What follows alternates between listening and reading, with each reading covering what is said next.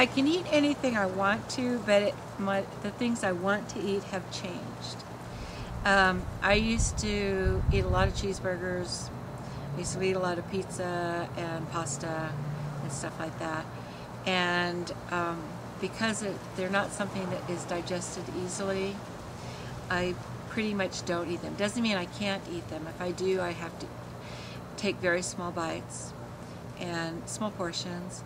I pretty much stay away from white food. I stay away from bread, and I stay away from pasta, rice, potatoes. Anything that is going to like glob up in the opening of your stomach, I stay away from.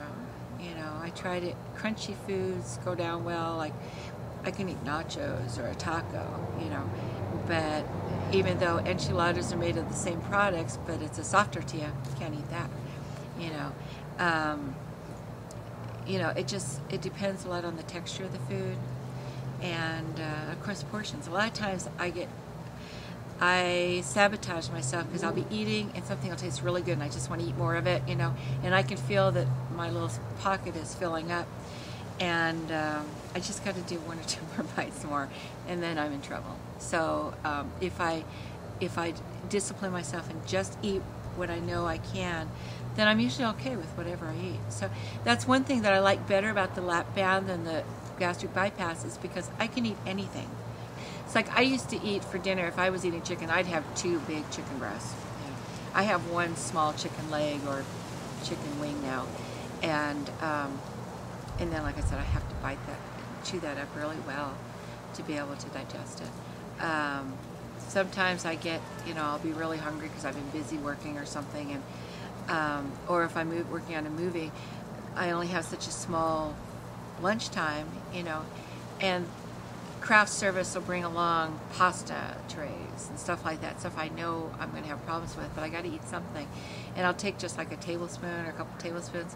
If I eat it too fast, I'm in trouble. By getting into trouble with food, for me, means that I've exceeded the size of the little pouch, so my food is bottlenecking, and I have choices. The best choice is just throw up, because the food doesn't want to go down. It'll just sit there, and it's very painful if you get too much food in there, and it won't go down. People say, oh, we'll take a drink of water. Nope, wrong, That's the worst thing you can do. Sometimes if I just wait it out, if it's not too bad, it finally will work its way down. But like I said, if I'm eating in a hurry, and see, the thing is, you don't feel like it's going to get stuck right away. You need to really eat slow. And the food, you might feel okay right now, and you feel like, oh, I can have another bite. Well, then all of a sudden that food catches up with itself, and then it bottlenecks.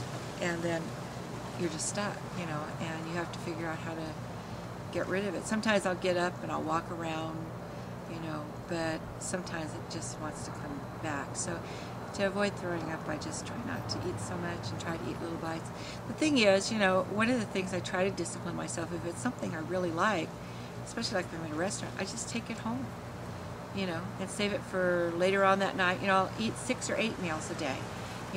I'll go and I'll get a couple of spoonfuls more, put it in the microwave, heat it up, and then I'll eat that, and then I'm happy. And then it doesn't make me sick, and it doesn't make me gain weight. But or I'll save it for the next day. But it's mostly just being smart and remembering what you can eat, what you can't, not falling into your old habits. Just because my old habit was to eat fast and to eat big bites and practically inhale food. And so now I just have to remember that I have to chew food up. Some of the foods that I find that are the easiest to eat, outside of course, soups, they're not soups with too much, like big chunks of potatoes or something like that. Generally, when I go into a restaurant, I ask them to kind of skim the broth off the top, and I can eat a few things.